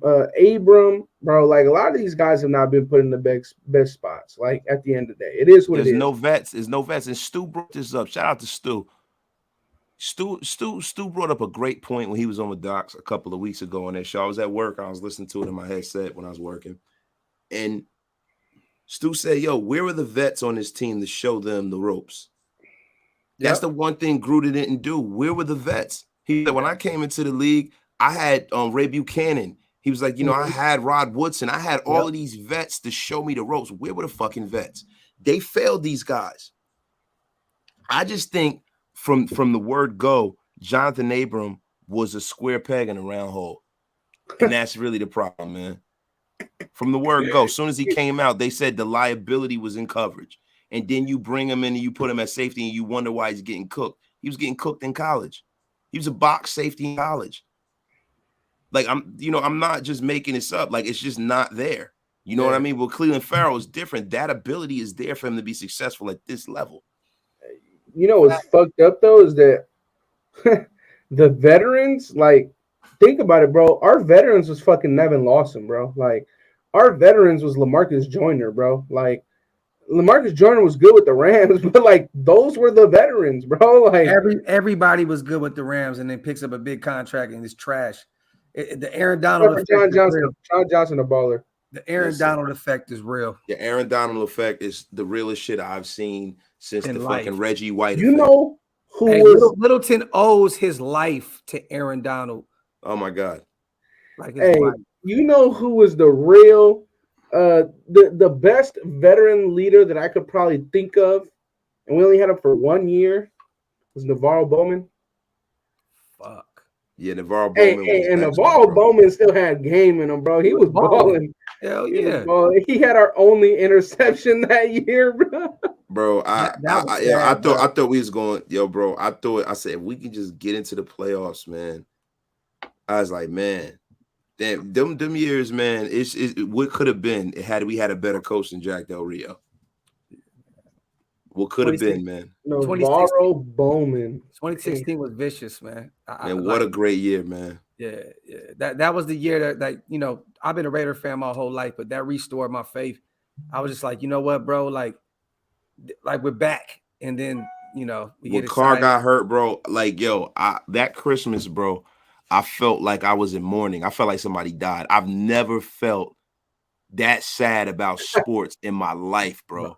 Like, I was destroyed, bro. I flew home for that game, bro. I had tickets. I flew home from Atlanta to Sacramento, got the tickets, and then my daughter was like, "Oh, let's hang out." So I did. I said, "You know what? I'm not gonna go to this game." Thank God I didn't go, because I would have been dying, bro. To watch that live, bro. Yeah, that shit, bro. I was, and the crazy thing, I was saying to myself, I'm like, we throttling these motherfuckers. Sit Carr out. Yeah. Why is he still in? Yeah. Facts. Well, how much were we up on him? Like fucking 20 damn near? We were killing them boys. Andrew Luck had nothing for us, bro. We was dog walking them guys. Bro, and the crazy thing is that I remember they were trying to make the juxtaposition between Carr and Luck. And they talked about them playing against each other in Texas high school football. Because Carr went out, he did to some of his high school in Texas because his brother was still playing at the time. Yep. And I remember all of that. And I was just thinking, I was sitting on my couch and I'm like, all right, now the fuck, put DC out. And then boom, it happened, man. And it's, dude, I have never been that sad over a football game in my life. The things that I think that affected me the most since I've been a Raider fan, and it's weird because it's happened just now. The saddest I think I've ever been, because like when Bo got hurt, it was different because we didn't know. We thought Bo was going to come back, and we didn't think it was going to be like that. Nobody really knew what happened. We didn't think it was going to be a weird ass injury, man. Yeah, but they knew that Bo had a degenerative hip injury when he was coming out of Auburn. To be honest with you, his agent knew that. Bro, today's day, he'd have been back in 2 weeks, type shit, bro. Like, Docs, I don't know. I don't know because his hip came out of the socket. I watched that game on the sideline against Cincinnati, bro. That shit killed me, bro. That. Yeah, so bro, I thought Bo was because like he got up and walked off the field. I thought Bo was coming back. Yeah, but it wasn't with Derek. You knew that we're going to the playoffs with a backup. You knew it, and it was just sad, bro. It felt like somebody. And then died, McGloin got fucking hurt, and then Connor Cook had to play. Oh my god. And you remember who we drafted over? I mean, you remember who went one pick? Dak. After. Well, what's funny is the Cowboys wanted him, and we moved up to take Connor Cook because they thought that he was going to be the next Kirk Cousins. Yeah. Well, let's be honest, you guys. I can already not take the DC shit right now, right? With the divide with the nation. Could you imagine fucking we had Dak on our bench with Derek Carr? I'm not dealing with this shit, bro. Like at that point, it's like, bro, fuck both of them. So is Dak a better quarterback than Derek Carr? No. Okay. And we had an argument. Me and Mitchell Renz had an argument about this. I'll be with Mitch in the morning too. Shout out to everybody that's you tell Mitch Wasted was right. Dak Prescott can't tie Derek Carr's shoes. Hey, I will be with Mitch tomorrow. That's the first thing I'm going to say to him. Hey, whoever's in the chat right now in the Dallas area, man, shameless plug. Come down to the restaurant downtown. Hilo. Hold on real quick. That was Hero. Or Hero, I'm sorry. My pops was calling, that's why. Hero, downtown Dallas, 11 a.m. It's right outside of the American Airlines, you guys. Right outside the American Airlines Center. Just come outside, man, have some drinks with us, kick it. Brunch, man, 11 a.m. I wish I could be down there. I could show up like professional wrestling. Just come in, like, oh my God, it's wasted talent. Oh my God, that son of a bitch. Stupid, bro. hey, also, man, damn, what was I gonna say, bro? It was something else I was gonna say. Oh, hey, off topic real quick. Wasted you was tripping, bro. I like Doctor Strange, bro. Man, that shit was ass, bro. It was weird. It was different. Bro, look, I'm not watching no cartoons, man. Look, for a story arc thing, me being a comic book guy, I just the whole thing with like Wanda. Did you watch WandaVision? We're about to watch that tonight. If you watch WandaVision, it's gonna ruin the movie because you're gonna be like, yo, like what the fuck? And then I didn't like the way, like the one thing about that movie that I love is that now they've brought the Fantastic Four and the X-Men back into the Marvel universe because together. Fox owned them. So now it's all together because you see who's going to be Reed Richards. I mean, well, look, Professor X got his whole neck chopped in half. It was a quick and fast of this shit, bro. Like, yeah, but he's come on, bro. Hey, but you know, Andy's 3 years old, so he don't know what the fuck we talking about. So we're gonna talk about this on our podcast, bro. Fuck Professor X and whatever the fuck you just said. Andy, what do you like? What do I like? You like is rod wave and football. Rod wave, football, soccer, and like Canelo Alvarez. He said rod wave, the Raiders, soccer. Kicking and football, Canelo Alvarez. That's and it. being called Poppy. Wait. And also boneless wings, which I'm disappointed that bro, this guy's always eating boneless wings. Stop eating them bougie chicken nuggets. They're not fucking wings. Hey, I was very, very sad last Saturday, man. Didn't think that day was ever gonna come. That motherfucker Canelo lost. Oh, he got smoked. Yeah, but but listen, Andy, didn't I tell you he was gonna lose? Bro, he's gonna lose, right? Motherfucker was going up way too much weight, bro. Andy, what did I tell you, Docs? We had another argument. We was talking about Canelo, and I said he's that motherfucker. Bebo looked like a machine out there. He was just, bro. He's comfortable at that weight. Like, bro, it's a reason why they have. It's a reason why they have fucking weight class in boxing. Canelo Alvarez really thought that he can move up high enough to beat Usyk at heavyweight. He really thought that. Hey, OG Fade, I'm telling you, bro, eating boneless wings. Because don't get me wrong, some boneless wings are good, but it's like getting some pussy and not being able to nut. Wait. Like, what does this dude mean by stamps? Docs, what? Oh my God, Docs, you are filthy. I just want to say this. You are filthy. What the fuck does this even mean? Andy collects stamps. Oh, no, it's not food stamps, but people collect stamps. That used to be like a hobby back in the 80s and shit. You trying to say you're a geek, I guess. I don't know. Hobbies. He said hobbies. Yeah. Yeah, but like, come on, bro. Like, Dr. Filthy. Like, you eat. Shout out to my brother, Red War. Bones in them. Like, that's like really getting some ass and not being able to buckle. Like, well, for what? Like, what? But bro, the boneless wings are bougie chicken nuggets. They're not real wings. Tenders aren't wings, bro. Tenders aren't wings, bro. I had some chicken tenders, bro. Hey, I can tell by the way you wear that hat, bro. You be eating boneless ass wings, bro. That's fact. Hey, this hat is. I don't even know what team this is, but Montreal Expos, bro. They no longer exist. Hey, yo, I told you what that hat is, bro. That hat is for a fucking gender reveal party. Yeah, facts. No, it's a gender reveal party hat. It's a boy and a girl. This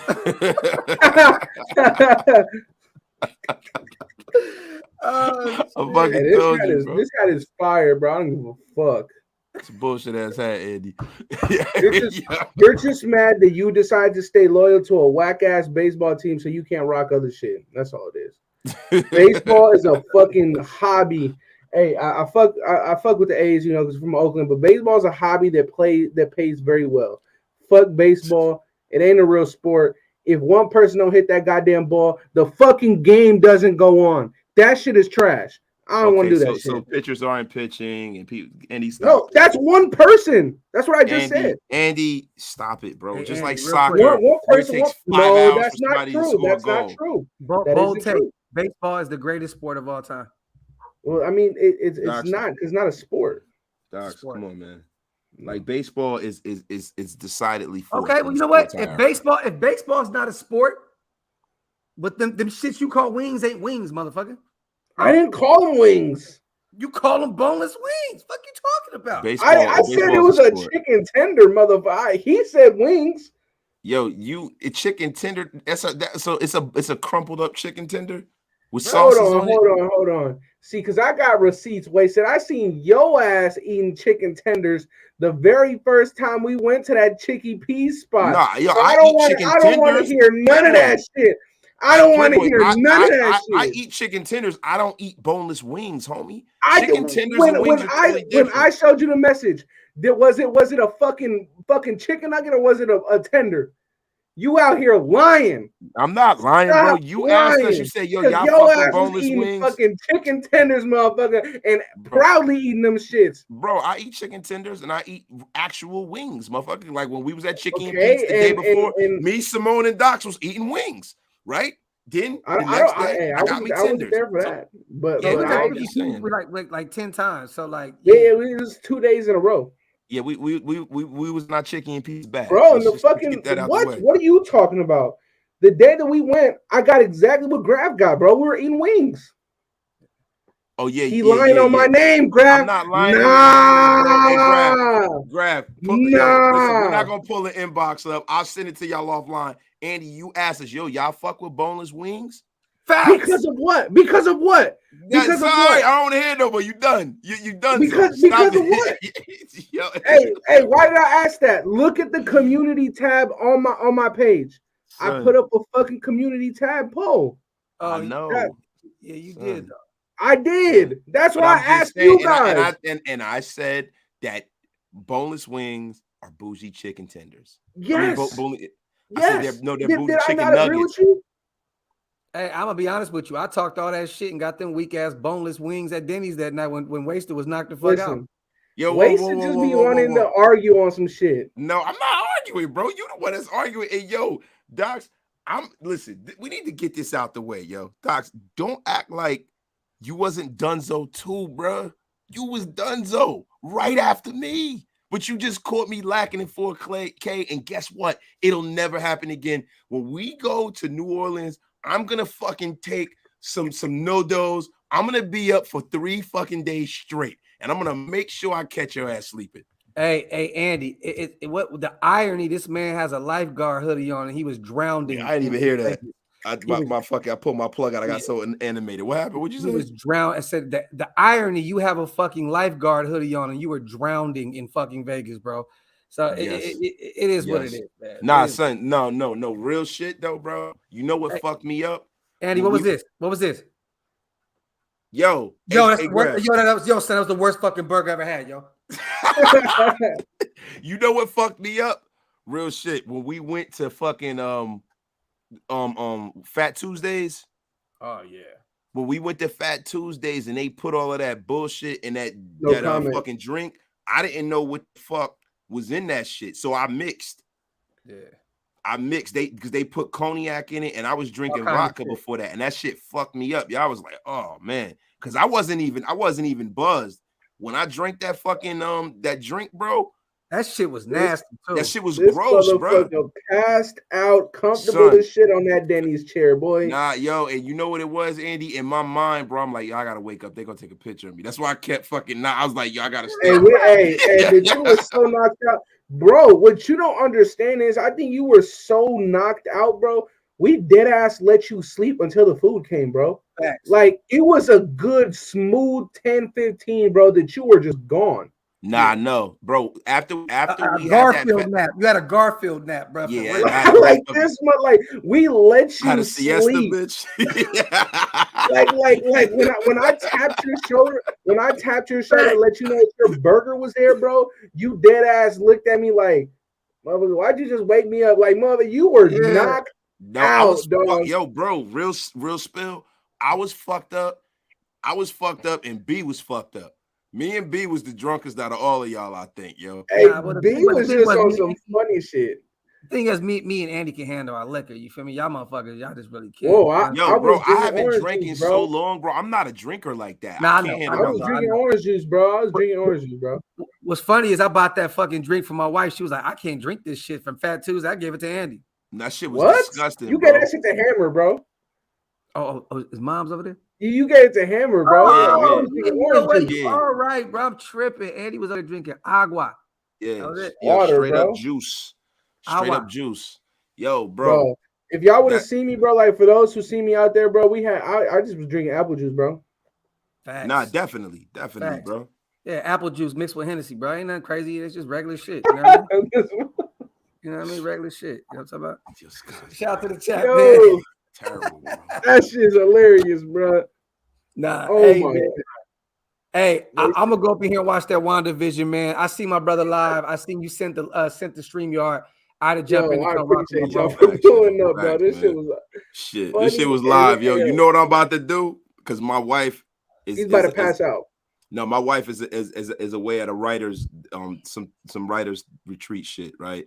Convention. So it's just me and my girls. Yeah, it's just me and my girls till tomorrow.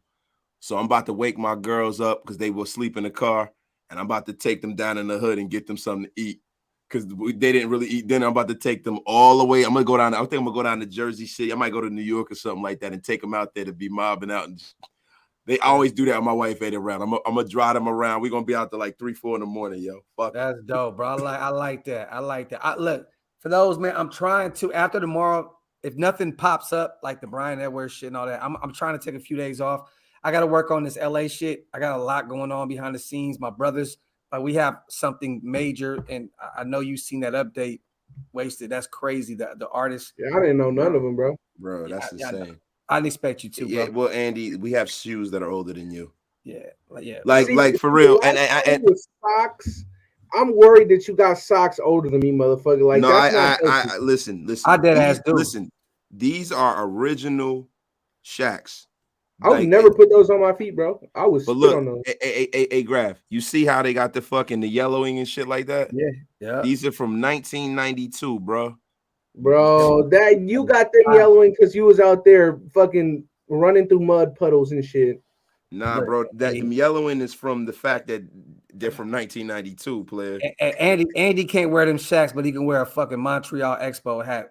Fuck out of here, Andy. That shit crazy. It's pink and blue. Bro, get your fucking gender reveal crown off, motherfucker. Hey, why that pussy keep popping up on your screen, bro?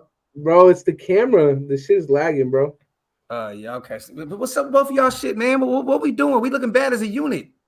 Oh man, what? The quality is great, but this shit been on for you know my spot. Huh? You can't have my spot. The fuck you talking? What the fuck is this going on?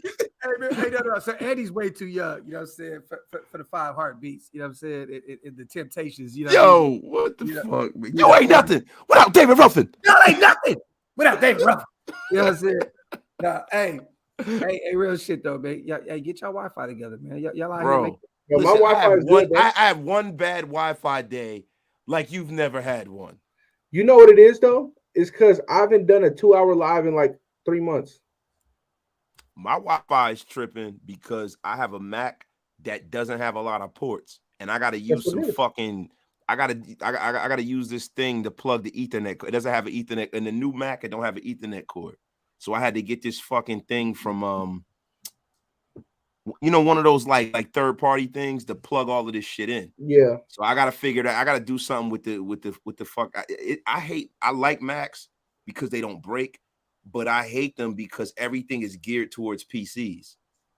You know what I mean? And it's like you got to do all of this extra shit to make it jive with the Mac, man. It's annoying, bro. No, I don't have. I have an iMac, a Power Mac, the big one with the big screen, bro. So I don't, my MacBook is upstairs. I really should use my MacBook, but that's what I use. I use the MacBook. Nah, I got this. I use the MacBook too, but this shit probably the oldest thing I own. The only thing that's fucked up is my lighting because of this damn garage, bro. It's terrible, bro. I'm gonna like that, like no funny shit. That little thing that you see pop up when my shit is tripping. Yeah, it allows you to use your fucking phone, bro, and the quality is way better, bro. Nah, see, bro, I love going live on my phone because my quality is stupid. But like, I can't. That's easier. That's what I'm saying. So with this, all you got to do is download an app, and you're good. You get to live stream off your phone. Like you get to use your phone as if it was the webcam. You know what's crazy about that, yo? This man walked into Apple and they tried to stun on him, and they tried to get this man on a payment plan. Yo, so Andy walked in there. So Andy walked in there in Vegas, we in the mall and shit. That shit was hilarious, bro. So the bro, like, yo, so we have what plan do you have? We can finance it. Andy was like, nah, I want to buy it. She's like, you do know it costs over $1,000. Andy was like, yeah, bitch, I know, I want to buy it. Yo, so then she goes and gets it, like, kind of like begrudgingly. And Andy was like, yo, here you go. Bro, when Andy bought that phone and just dropped the little rack, yo, you just saw all the vagina juice just fall to the floor. She just said, splash. This motherfucker's hilarious. Here, Andy. And you know the crazy thing? As soon as he walked out and we saw the vagina juice on the floor, Hammer said, yo, did she call you Poppy? That's